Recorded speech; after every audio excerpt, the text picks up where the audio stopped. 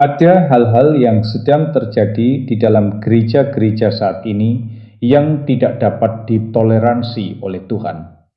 Dan bagian yang paling menakutkan adalah kebanyakan orang menganggap semuanya itu benar-benar normal. Bagaimana jika saya katakan bahwa di balik ibadah, lampu, dan kota ada praktek-praktek yang sedang dibela, dipuji, namun sepenuhnya ditolak oleh surga. Ini bukan tentang kesalahan sesekali. Ini tentang pola-pola yang begitu berbahaya hingga perlahan membunuh kehidupan rohani dari seluruh generasi, dan hampir tidak ada yang menyadarinya. Anda sebaiknya tetap mengikuti sampai akhir, karena begitu Anda melihat apa yang sebenarnya terjadi, Anda tidak akan bisa melupakannya. Jeritan sunyi, dosa tersembunyi di balik tirai gereja. Dari luar, beberapa gereja tampak seperti mercusuar terang, rapi, terorganisir, dan penuh aktivitas. Namun di balik tirai itu, ada kesunyian yang berteriak. Sebuah kompromi rohani yang bermula dari hal kecil, hampir terlihat tidak berbahaya, satu penyimpangan kecil dari kebenaran yang dibela sebagai strategi dan dibenarkan dengan ayat-ayat yang diambil di luar konteks. Seiring waktu, pengecualian itu berubah menjadi kebiasaan. Ia dikhotbahkan dari mimbar, dilindungi oleh kepemimpinan, dan secara langsung bertentangan dengan apa yang Tuhan tetapkan. Mengapa begitu sedikit orang yang berani bersuara? Karena dosa ini tidak tampak seperti dosa. Ia bersembunyi di balik pidato-pidato motivasi dan pencitraan gereja yang cerdas. Injil masih disebutkan, tetapi sudah diencerkan, dilembutkan, dibuat agar bisa diterima semua orang tanpa menyinggung siapapun. Di balik senyum dan lagu-lagu yang membangkitkan semangat, terjadi pergeseran rohani. Sebuah pemberontakan sunyi yang dibungkus dengan bahasa religius dan tidak disadari banyak orang. Namun surga mendengar apa yang tidak bisa didengar oleh kerumunan. Banyak orang membelanya bukan selalu karena niat jahat, melainkan karena ketidaktahuan. Mereka telah mengira inspirasi sebagai transformasi dan dampak emosional sebagai kehadiran Tuhan. Sepenggal ayat di sini, sebuah mazmur di sana, apapun yang terdengar dalam. Namun apakah itu hikmat atau sekedar tebisinan? Nama Kristus diulang-ulang, tetapi salibnya ditinggalkan. Di manatah pertobatan? Di manatah kekudusan? Doa telah berubah menjadi alat untuk keuntungan pribadi, bukan lagi sarana penyelarasan rohani. Inilah jenis dosa yang bertumbuh dalam keheningan, tidak pernah dipertanyakan, selalu diasumsikan sebagai sesuatu yang diurapi, dan jika ada yang berani menantangnya, mereka akan diberi label sebagai pemecah belah atau pemberontak. Padahal Yesus tidak disalibkan karena mengikuti arus. Ia membalikan meja. Ia menantang kenyamanan religius. Jika ia masuk ke beberapa gereja hari ini, apakah ia akan merasa seperti di rumah? Atau justru menangis seperti ketika ia menangisi Yerusalem? Apa yang dapat Anda lakukan jika Anda merasakan hal ini di gereja Anda? Mulailah dengan doa. Bukan doa di permukaan. Doa yang nyata, jujur, penuh air mata bersama Tuhan. Mintalah Dia membuka mata Anda, memberi hikmat, kepekaan rohani, dan keberanian. Selamilah Injil, pelajari hati Kristus, bacalah buku-buku yang menantang status quo. Biarkan kerinduan Anda akan kebenaran menjadi lebih keras daripada rasa nyaman Anda. Bahaya yang sesungguhnya bukanlah pemberontakan yang keras dan terbuka. Bahaya yang sesungguhnya adalah kompromi yang sunyi, yang tidak pernah dibicarakan. Itulah cara gereja menyimpang. Itulah cara sebuah pergerakan kehilangan roh. Semuanya dimulai dengan membenarkan sesuatu yang tidak pernah Tuhan setujui. Namun apa yang terjadi ketika ibadah menjadi lebih tentang tepuk tangan daripada pertobatan? Itu adalah pertanyaan yang layak diajukan, terutama saat kita melangkah lebih dalam ke lapisan berikutnya dari krisis tersembunyi ini. Ketika mezbah berubah menjadi panggung, ketika ibadah berubah menjadi pertunjukan, ketika mezbah berubah menjadi panggung dan ibadah menjadi sebuah pertunjukan, Anda masuk ke dalam ruang ibadah dengan lampu yang diredupkan secara sempurna, mesin kabut yang mulai bekerja, dan hitung mundur yang berjalan di layar. Ruangan dipenuhi dengan antisipasi, tetapi tidak selalu untuk Tuhan. Di banyak tempat saat ini, mezbah telah berubah menjadi panggung, dan apa yang dulu kudus kini berubah menjadi tontonan. Ibadah disusun dengan rapi, transisinya sempurna. Pendeta naik ke mimbar seperti pembicara utama dalam sebuah konferensi, dengan waktu yang dilatih dan penyampaian yang presisi. Namun berhenti sejenak di sini. Di manatah roh dalam semua ini? Ketika produksi lebih keras daripada doa, ada sesuatu yang tidak selaras. Ada perbedaan besar antara keunggulan dan hiburan. Yang satu memuliakan Tuhan, yang lain menarik perhatian kepada manusia. Ketika musik dirancang untuk menggugah emosi lebih daripada menghadirkan hadiran, kita telah melewati sebuah garis yang tak terlihat. Dan inilah jebakannya. Semua itu terasa rohani, memberikan ilusi kuasa. Namun emosi bukanlah transformasi. Air mata saat lagu dinyanyikan tidak sama dengan pertobatan. Pertanyaannya adalah, apakah orang-orang pulang dengan hidup yang diubahkan oleh Kristus, atau hanya terkesan oleh pengalaman yang mereka rasakan? Pola ini pernah kita lihat sebelumnya. Lihatlah anak lembu emas dalam Keluaran 32. Itu bukan sekadar penyembahan berhala, itu adalah sesuatu yang teatrikal. Mereka merayakan, menari, dan menyembah sesuatu yang terasa nyata bagi mereka. Ketika Musa turun dari gunung, ia tidak ikut dalam pesta itu. Ia menghancurkan ilusi tersebut. Hari ini, banyak gereja tanpa sadar mengulangi pola yang sama. Jemaat berdiri, tangan terangkat, tetapi Kristus tidak lagi menjadi pusatnya. Momenlah yang menjadi pusat. Dan perlahan, kita mulai memperlakukan inspirasi seperti obat, membutuhkan dosis yang semakin kuat dan semakin keras agar bisa merasakan sesuatu yang nyata. Mezbah bukanlah platform untuk kepribadian. Ia adalah tempat penyerahan diri, keterpecahan hati, dan penyelarasan rohani. Namun kita telah menciptakan budaya di mana karisma menggantikan karakter dan penampilan menggantikan hadirat. Para pemimpin dilatih dalam presentasi, bukan dalam pengudusan. Mereka belajar cara menarik perhatian audiens, bukan bagaimana berdiri diam dan mendengar suara Tuhan. Dan jemaat pun bertepuk tangan, bersorak, tetapi apatah mereka bertobat? Motivasi saja tidak cukup. Jika Injil tidak menegur, ia tidak akan mengubahkan. Apa yang terjadi ketika hal ini menjadi kebiasaan? Anda melahirkan konsumen, bukan murid. Orang datang untuk mencari sensasi, bukan kekudusan. Mereka menginginkan perasaan, bukan pembentukan. Jadi tanyakan pada diri Anda sendiri, apa yang menarik Anda datang ke gereja? Apakah daftar lagu atau hadirat? Pembicaranya atau roh? Ini bukan tentang menghakimi, ini tentang kejelasan.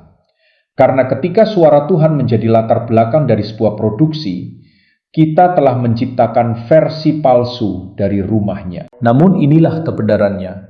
Kita bisa mengubah arah ini. Semuanya dimulai di tempat tersembunyi, sendirian, jauh dari lampu dan sorotan. Kembali kepada doa. Buka kitab Mazmur, bukan sebagai puisi, tetapi sebagai telaparan jiwa. Bacalah Mazmur 51 dan biarkan itu menghancurkan hati Anda. Berpuasalah bukan demi penampilan, tetapi demi pemurnian. Pilih ibadah yang menarik roh Anda ke atas, bukan sekedar emosi Anda keluar. Dan jika Anda seorang pemimpin, pimpinlah dari sumur keterpecahan hati, bukan dari naskah yang disiapkan. Karena sebentar lagi kita akan berbicara tentang pergeseran yang bahkan lebih halus. Sebuah Injil yang terasa nyaman, tetapi tidak memiliki salib. Sebuah teologi kenyamanan yang menjanjikan berkat tanpa pertobatan. Engkau akan menang, engkau akan menaklukkan, engkau sedang melangkah ke musimmu. Kalimat-kalimat seperti ini bergema di banyak gereja saat ini. Terdengar kuat, membangkitkan semangat, penuh harapan. Namun disinilah masalahnya. Kata-kata itu sering disampaikan tanpa menyebutkan harga yang harus dibayar. Tidak ada pertobatan, tidak ada transformasi, tidak ada salib. Semuanya tentang kemuliaan tanpa penyerahan diri, janji tanpa pemurnian. Dan sementara jemaat bertepuk tangan, roh berduka dalam keheningan. Anda tidak dapat membangun kekuatan rohani di atas gula emosional. Sama seperti tubuh membutuhkan nutrisi, bukan hanya makanan manis, roh Anda membutuhkan kebenaran, bukan sekedar sensasi. Ketika Injil dilucuti dari tantangannya, ia berubah menjadi tiruan, menjadi produk yang dijual, bukan kehidupan yang dijalani. Dan terlalu sering, itulah yang sedang terjadi. Para gembala berubah menjadi pemasar rohani, menawarkan terobosan seperti promo waktu terbatas. Namun izinkan saya bertanya, kapan Yesus pernah menawarkan mahkota tanpa salib? Transformasi sejati selalu dimulai dengan keterpecahan hati. Lihatlah Daud dalam Mazmur 51. Ia tidak meminta kemenangan, ia meminta belas kasihan. Ia tidak mendeklarasikan kenaikan posisi, ia menangis memohon penyucian. Itulah pola seorang yang bertenan di hati Tuhan. Namun apa yang sering kita dengar hari ini? Engkau sudah cukup, engkau sempurna apa adanya. Tidak, engkau dikasihi apa adanya, benar. Namun, engkau dipanggil untuk menjadi lebih melalui Kristus. Itu bukan rasa malu, itu adalah hikmat rohani. Itulah Injil. Apa yang hilang dari teologi kenyamanan ini? Takut akan Tuhan, rasa hormat yang dalam, kekudusan, kekaguman yang membuat seseorang berlutut, bukan sekadar mengangkat tangan mengikuti irama lagu. Tidak ada motivasi yang bertahan lama tanpa keyakinan yang dalam. Tidak ada inspirasi sejati tanpa transformasi batin. Namun, minggu demi minggu, banyak orang dilatih untuk mengharapkan berkat tanpa ketaatan. Kasih karunia bukanlah izin gratis untuk menghindari perubahan. Kasih karunia adalah kuasa untuk sungguh-sungguh menjadi baru. Jika tidak terus berjalan di jalur ini, kita akan membesarkan satu generasi yang kecanduan iman yang terasa enak. Orang-orang yang menilai keberhasilan ibadah dari suasana, bukan dari apa yang Tuhan lakukan di dalam hati mereka. Kita akan memiliki kerumunan, tetapi tanpa karakter. Cahaya, tetapi tanpa kehidupan. Pengaruh, tetapi tanpa keintiman. Dan ketika badai datang, dan itu pasti datang, janji-janji ini tidak akan mampu menopang mereka. Karena janji-janji itu tidak pernah berakar dalam Injil. Mereka berakar dalam teologi pertunjukan yang dibungkus bahasa rohani. Namun masih ada harapan. Selalu ada harapan. Dan itu dimulai dengan satu keputusan yang berani. Memilih kebenaran daripada tren. Membuka Alkitab dan bertanya, bukan janji apa yang bisa saya klaim, tetapi kebenaran apa yang harus saya taat. Selamilah Injil kembali. Pelajari kata-kata Kristus. Mulailah setiap hari bukan dengan afirmasi diri, tetapi dengan penyerahan diri. Karena sebentar lagi kita akan melihat apa yang terjadi ketika konsumerisme rohani ini melangkah lebih jauh. Ketika gereja berubah menjadi pasar, ketika iman diperdagangkan, ketika gereja menjadi bisnis. Ada masa ketika melangkah ke dalam rumah Tuhan membangkitkan rasa gentar, tanah yang kudus, ruang yang sakral, tujuan yang kekal. Namun masuklah ke beberapa gereja hari ini dan apa yang Anda lihat? Buku, barang dagangan, tempat duduk VIP, dan label harga pada konferensi profetik. Persembahan berubah menjadi transaksi. Mujizat dipasarkan seperti konten eksklusif. Dan di balik semuanya itu, terdapat pergeseran berbahaya dari penyembahan menuju perdagangan. Dari misi yang berpusat pada Kristus menuju keuntungan buatan manusia. Namun kebenarannya adalah ini. Tuhan tidak pernah untuk dijual. Dan kuasanya juga tidak. Ini bukan tentang menghormati Tuhan melalui keunggulan. Ini tentang eksploitasi. Ketika orang diberitahu untuk menabur benih iman bernilai besar demi kesembuhan, atau membeli minyak urapan yang menjanjikan terobosan, ada sesuatu yang telah melenceng jauh. Dan yang paling mengkhawatirkan, semuanya dibenarkan dengan ayat-ayat kitab suci yang dipelintir untuk memanipulasi. Kisah Yesus mengusir para penukar uang dalam Matius 21, 12-13 bukan sekedar peristiwa sejarah. Itu adalah sebuah pernyataan. Ia tidak membersihkan bait Allah karena ledakan amarah sesaat, melainkan untuk merebut kembali integritas rohani rumah tapanya. Pertanyaannya adalah, bagaimana kita bisa sampai ke titik ini? Semua terjadi perlahan, halus. Awalnya hanya untuk menutup biaya pelayanan. Lalu muncul pencitraan. Setelah itu status.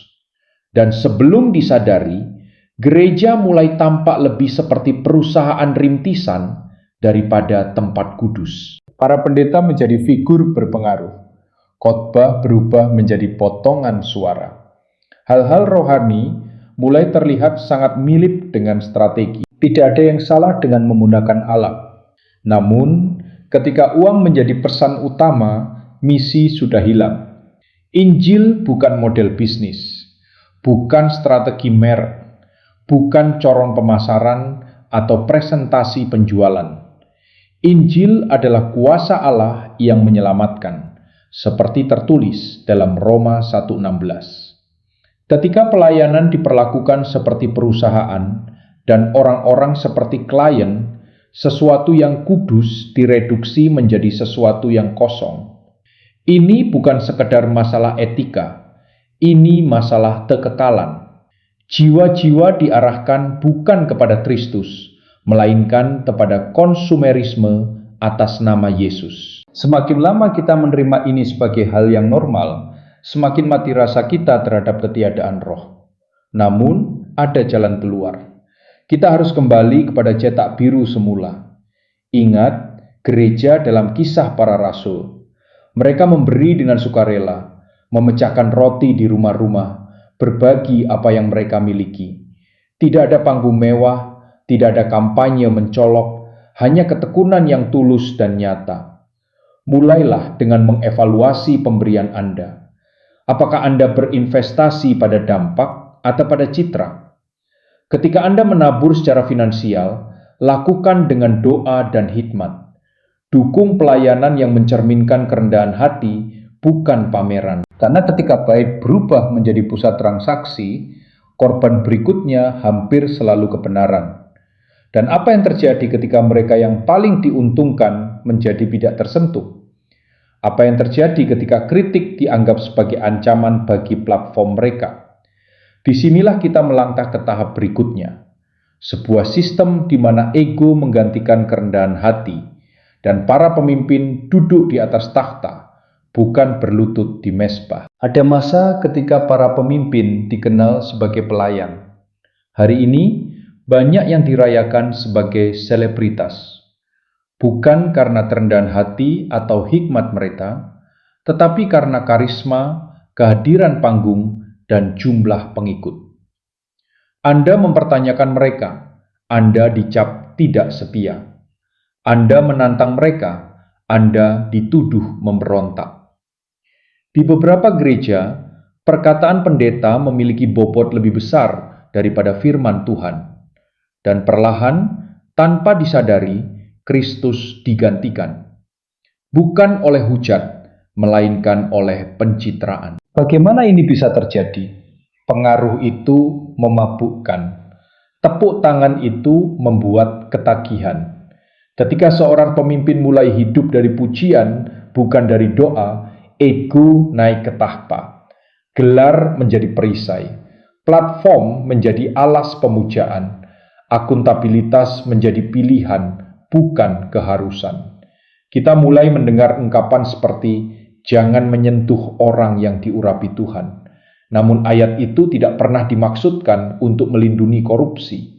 Itu adalah pengingat akan kesetiaan Tuhan, bukan izin untuk kediktatoran rohani. Otoritas rohani yang sejati tidak perlu menuntut kesepian. Ia mendapatkan kepercayaan melalui karakter. Lihatlah Kristus, ia memiliki segala kuasa, namun membasuh kaki. Ia berbicara dengan otoritas, namun hidup dalam kelemah lembutan. Ia memimpin dengan kuasa, namun mati dalam kerendahan hati.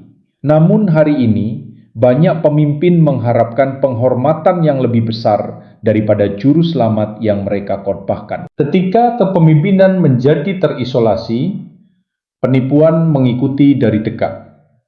Saat orang mulai memuja kepribadian, mereka berhenti memuji roh. Setiap kata diterima sebagai kebenaran tanpa diuji oleh kitab suci. Disitulah kesalahan menyebar perlahan, halus, dibungkus bahasa motivasi. Kedengarannya seperti hikmat, terasa seperti inspirasi, tetapi kehilangan roh. Motivasi tanpa transformasi adalah manipulasi. Hikmat tanpa kerendahan hati adalah kesombongan yang menyamar. Jadi apa yang bisa Anda lakukan? Mulailah mengajukan pertanyaan yang jujur, bukan untuk merendahkan, melainkan untuk membedakan. Bandingkan apa yang Anda dengar dengan apa yang tertulis dalam Injil. Apakah Anda mengikuti manusia atau mengikuti Kristus? Jika Anda memimpin, tetaplah berakar. Kelilingi diri Anda dengan orang-orang yang berani berkata tidak. Kejarlah keheningan sama seriusnya dengan kesempatan. Karena ketika para pemimpin menjadi berhala, koreksi menjadi mustahil. Dan ketika koreksi mustahil, kehancuran tidak terhindarkan. Tahap kemerosotan berikutnya muncul ketika bahkan dosa mulai diberi label baru sebagai kasih. Ketika kebenaran dikorbankan demi penerimaan dan kompromi mengenakan topeng belas kasih. Inilah toleransi berbahaya ketika dosa disebut cinta. Kami menyambut semua orang di sini. Tidak ada penghakiman, hanya kasih. Kalimat ini bergema dari banyak mimbar di seluruh dunia. Sekilas terdengar indah, hangat, dan mengundang. Namun di balik kenyamanan itu sering tersembunyi sebuah kompromi. Karena kasih tanpa kebenaran bukanlah kasih. Itu hanyalah sentimentalitas yang menyamar sebagai kerohanian. Tuhan adalah kasih, benar, tetapi Dia juga kudus. Dan ketika gereja berhenti menarik garis antara terang dan gelap, ia berhenti menjadi gereja dan berubah menjadi klub bagi pencari kenyamanan. Di suatu titik, kita mulai mencampur adukan belas kasih dengan pembiaran. Kita berhenti menyebut dosa sebagai dosa. Kita melunakkannya. Kita menggantinya dengan istilah seperti, itu hanya perjalananmu. Namun dengarkan ini. Kristus tidak mati agar kita tetap tinggal dalam keterpecahan kita. Ia mati untuk melepaskan kita darinya. Itulah Injil, itulah kasih.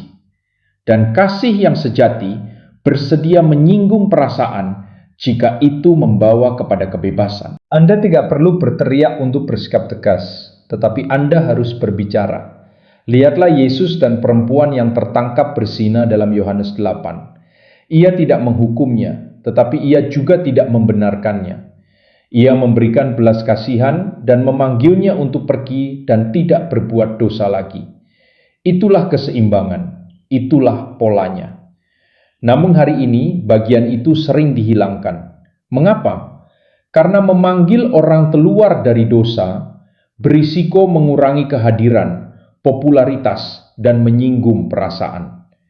Maka yang dikhotbahkan adalah kenyamanan di atas keyakinan, dan gereja mulai kehilangan ketajaman profetiknya. Ini bukan tentang kebencian, ini tentang kesembuhan. Anda dapat mengasihi orang dengan sungguh-sungguh dan tetap mengatakan kebenaran. Bahkan, jika Anda tidak melakukannya, Anda sebenarnya tidak mengasihi mereka. Ketika seorang dokter menghindari diagnosis demi tidak membuat pasien kecewa, hasilnya bukan damai, melainkan kematian. Hal yang sama berlaku secara rohani. Orang-orang lapar akan penjelasan, meskipun mereka menolaknya. Mereka tenggelam dalam kebingungan, dan mereka tidak membutuhkan lebih banyak tepuk tangan. Mereka membutuhkan jawaban yang berakar pada Injil Kristus. Jadi apa solusinya? Mulailah dengan kembali kepada kitab suci. Bukan hanya janji-janjinya, tetapi juga perintah-perintahnya. Ajarkan seluruh kehendak Tuhan. Jangan melewatkan bagian-bagian yang menyakitkan. Jika Anda seorang pemimpin, berbicaralah dengan belas kasih. Ya, tetapi juga dengan keyakinan. Jika Anda adalah jemaat, jangan mencari gereja yang hanya meneguhkan perasaan Anda. Carilah gereja yang menyelaraskan hidup Anda dengan kebenaran. Berdoalah, berpuasalah, dan mintalah Roh Kudus memberi Anda hati yang memegang kasih dan standar sekaligus. Karena begitu kebenaran dikorbankan atas nama kasih, fase berikutnya datang dengan cepat. Aturan-aturan yang tidak pernah berasal dari Tuhan mulai muncul. Tradisi menggantikan kitab suci. Dan tiba-tiba orang dihakimi bukan karena dosa, melainkan karena melanggar kebiasaan buatan manusia. Disinilah kita melangkah berikutnya, ke wilayah di mana yang ilahi ditenggelamkan oleh yang manusiawi. Doktrin buatan manusia, aturan manusia dengan label ilahi. Tidak setiap aturan di gereja berasal dari mulut Tuhan. Banyak yang bermula dari preferensi pribadi, kebiasaan budaya, atau standar yang lahir dari ketakutan. Lalu, aturan-aturan itu dibaptis dengan bahasa religius dan ditegakkan sebagai doktrin. Dan disinilah masalahnya. Ketika suara manusia ditinggikan di atas kitab suci, penyesatan mulai berakar. Orang mulai menyamakan kekudusan dengan keseragaman lahiriah, bukan transformasi batinia.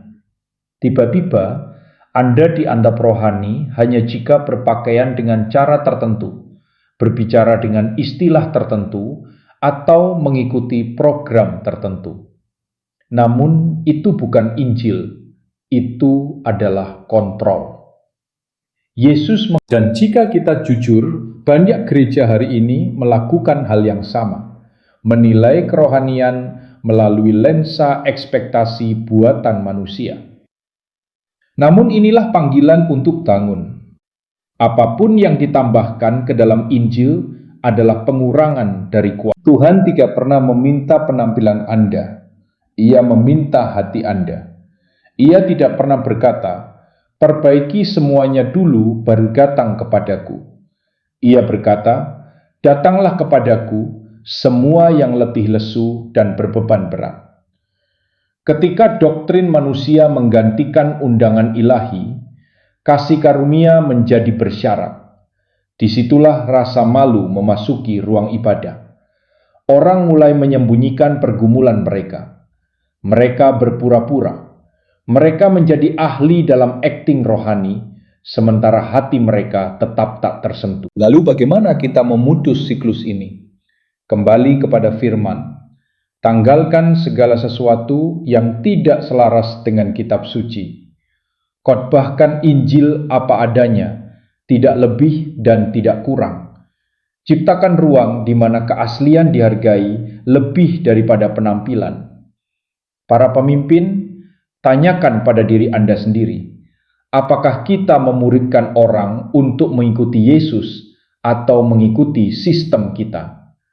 Ketika tradisi menjadi alat ukur, roh menjadi orang asing, dan begitu ia meninggalkan pusatnya, apa yang tersisa hanyalah program, ritual, aktivitas, dan tebisingan. Gereja terus bergerak, tetapi hadirat tidak lagi memimpin. Dan disinilah kita masuk ke tahap berikutnya, sebuah tempat di mana roh telah digantikan dan hampir tidak ada yang menyadiannya. Aktivitas tanpa kehidupan. Kalender penuh, ibadah, program, rep-rep, perekrutan relawan. Di atas kertas, gereja tanpa hidup, sibuk, fungsional, dan berhasil. Namun pertanyaannya tetap sama, di manakah roh? Bukan emosi, bukan kegembiraan, melainkan roh. Kuasa yang tenang namun nyata, yang mengubahkan hati dan mematahkan belenggu. Aktivitas saja bukan bukti pengurapan. Anda dapat menjalankan gereja seperti mesin dan tetap tidak ada satupun pergerakan di surga. Ini bukan kemajuan. Ini adalah penampilan otomatis. Sebuah tragedi sedang terjadi di depan mata. Gereja-gereja yang begitu terobsesi dengan momentum hingga berhenti menyadari ketiadaan hadirat Tuhan. Mereka menguasai sistem, strategi, dan struktur, tetapi kehilangan kekuatan yang memberi makna pada semuanya. Ketika Roh Kudus berhenti menjadi pemimpin, ia akhirnya menjadi tamu. Dan jika kita tidak berhati-hati, ia menjadi orang asing. Namun semuanya masih terlihat baik. Kehadiran stabil, citra rapi, tetapi mesbah kering. Ini bukan masalah baru. Dalam Yeskiel 10, kemuliaan Tuhan meninggalkan Daud, tetapi para imam tetap melanjutkan tugas mereka, tidak menyadari bahwa mereka berfungsi tanpanya. Mereka memiliki ritual, jubah, dan rutinitas, tetapi kemuliaan itu telah pergi. Hal yang sama terjadi hari ini. Kita menjadi begitu terampil dalam menjalankan gereja sehingga kita lupa bagaimana mencari Tuhan. Kita menjadwalkan acara tetapi lupa menjadwalkan doa. Kita merencanakan konferensi tetapi tidak menyiapkan pengudusan. Roh tidak bergerak atas perintah. Ia bergerak di tempat ia disambut. Hadirat Tuhan tidak terikat pada penampilan. Ia terikat pada sikap hati. Anda bisa memiliki satu ruangan dengan lampu, musik, dan ribuan orang, dan ruangan lain dengan 10 orang percaya dalam penyembahan yang hancur hati. Dan di ruangan kedua itulah kebangunan rohani terjadi. Mengapa? Karena motivasi tidak berarti apa-apa tanpa penyerahan diri. Inspirasi kosong tanpa undangan. Tuhan tidak merespons sensasi. Ia merespons kelaparan rohani. Ia hadir di tempat hati yang tunduk, bukan di tempat agenda yang ketat. Jadi bagaimana kita kembali kepada hadirat daripada program? Mulailah dengan membersihkan tebisingan. Ciptakan ruang untuk keheningan, doa, dan pertobatan. Tinggalkan yang sekedar baik untuk mengejar yang berasal dari Tuhan. Para pemimpin, tutup sebuah ibadah jika perlu. Batalkan kampanye berikutnya jika tidak lahir dari tempat tersembunyi. Api sejati tidak dinyalakan oleh ide, melainkan oleh keintiman. Dan di atas segalanya, ajukan pertanyaan dengan berani. Roh Kudus, Apakah Engkau masih memimpin kami, atau kami telah berjalan tanpamu? Karena ketika Anda mulai merasa nyaman berfungsi tanpa roh, bahaya berikutnya menjadi jauh lebih halus. Mengira emosi sebagai perjumpaan, teatrikal sebagai pengurapan, respons massa sebagai kebangunan rohani yang sejati, api palsu. Ketika segala sesuatu diberi label kebangunan rohani.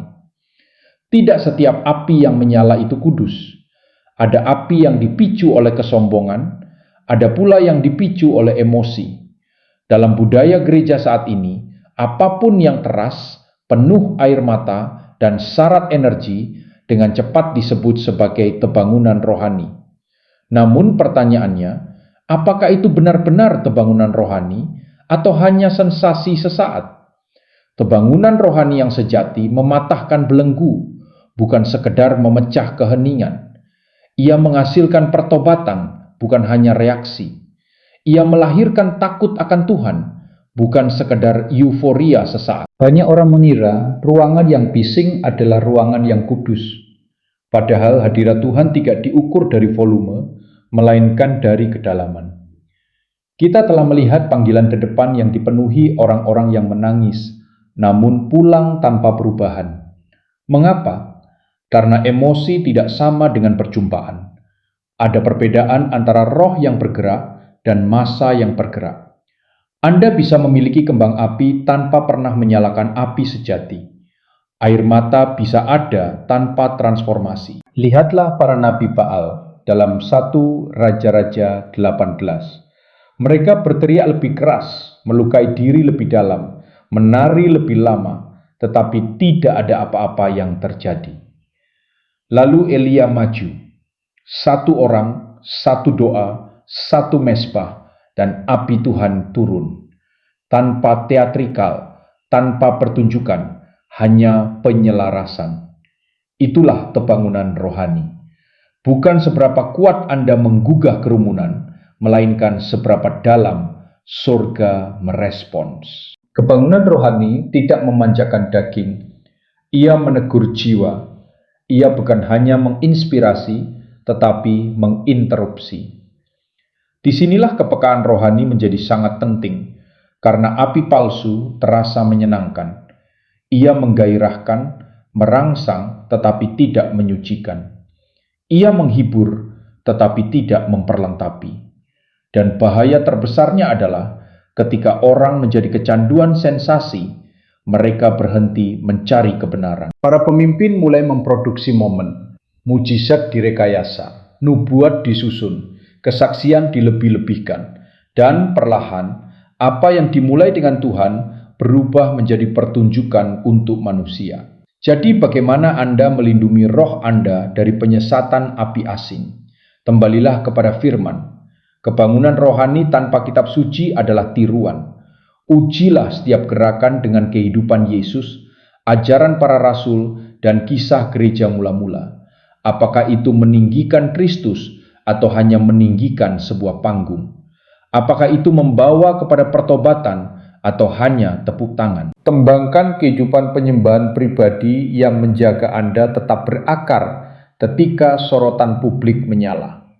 Karena jika kita terus mengejar Tuhan demi perasaan, kita akan lupa mencari Dia karena siapa Dia sebenarnya. Dan disitulah pergeseran paling berbahaya dimulai. Ketika Tuhan bukan lagi tujuan, melainkan sarana. Ketika Dia digunakan untuk mendapatkan apa yang kita inginkan. Ketika namanya dipakai sebagai kunci untuk kerajaan kita sendiri. Inilah praktik paling berbahaya dari semuanya.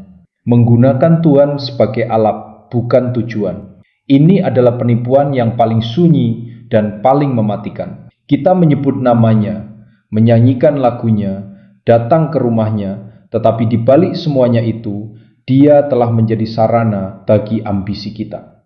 Yang paling berbahaya, semuanya terasa rohani, terlihat kudus, tetapi dibangun di atas diri sendiri, bukan penyerahan diri. Inilah inti penyembahan berhala yang terselubung. Ketika doa-doa kita dipenuhi dengan Tuhan beri aku, tetapi tidak pernah Tuhan ubahkan aku, Ketika yang dikejar adalah keberhasilan, bukan tengudusan kenyamanan, bukan karakter. Kita mengejar berkat, bukan sang pemberi berkat. Padahal hadiah terbesar dari Injil adalah Tuhan sendiri. Hadiratnya, kemuliaannya, suaranya. Ketika Tuhan direduksi menjadi sarana, tujuan akhirnya juga rusak. Namun justru di sanalah anugerah mulai bekerja. Bukan karena murka, melainkan karena kasih. Tuhan mengasihi kita terlalu dalam untuk membiarkan kita puas dengan versinya yang dangkal. Dan kini kita tiba pada titik keputusan.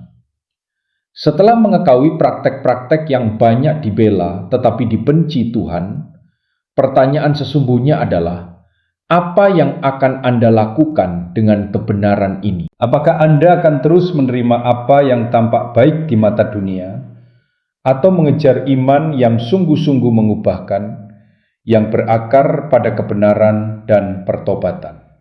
Perubahan dimulai ketika kita berhenti menutup mata terhadap yang salah. Jadilah suara yang berani menantang budaya yang dangkal. Bertindaklah hari ini. Selami Alkitab lebih dalam, berdoalah meminta hikmat. Carilah pemimpin yang menghargai keaslian lebih dari pertunjukan. Iman Anda layak mendapatkan lebih dari sekedar penampilan. Ia layak mendapatkan kuasa yang nyata. Dan kuasa itu tersedia bagi mereka yang memilih kebenaran, kerendahan hati, dan penyerahan diri yang sejati. Jika Anda ingin terus mendalami topik ini dan belajar bagaimana hidup dalam iman yang sungguh berdampak, berlanggananlah saluran ini dan aktifkan notifikasi. Jangan lewatkan setiap pesan yang akan menolong Anda bertumbuh secara rohani, membuka mata Anda, dan menjalani hidup yang diilhami oleh Kristus dalam kuasa dan kebenaran. Apakah Anda siap untuk bergabung dalam perjalanan transformasi ini? Tuliskan di kolom komentar bagian mana yang paling menyentuh hati Anda dan bagikan pesan ini kepada seseorang yang perlu mendengarnya. Iman Anda layak mendapatkan lebih dari sekadar penampilan luar. Iman Anda layak mendapatkan kuasa yang nyata, dan kuasa itu berada dalam jangkauan Anda.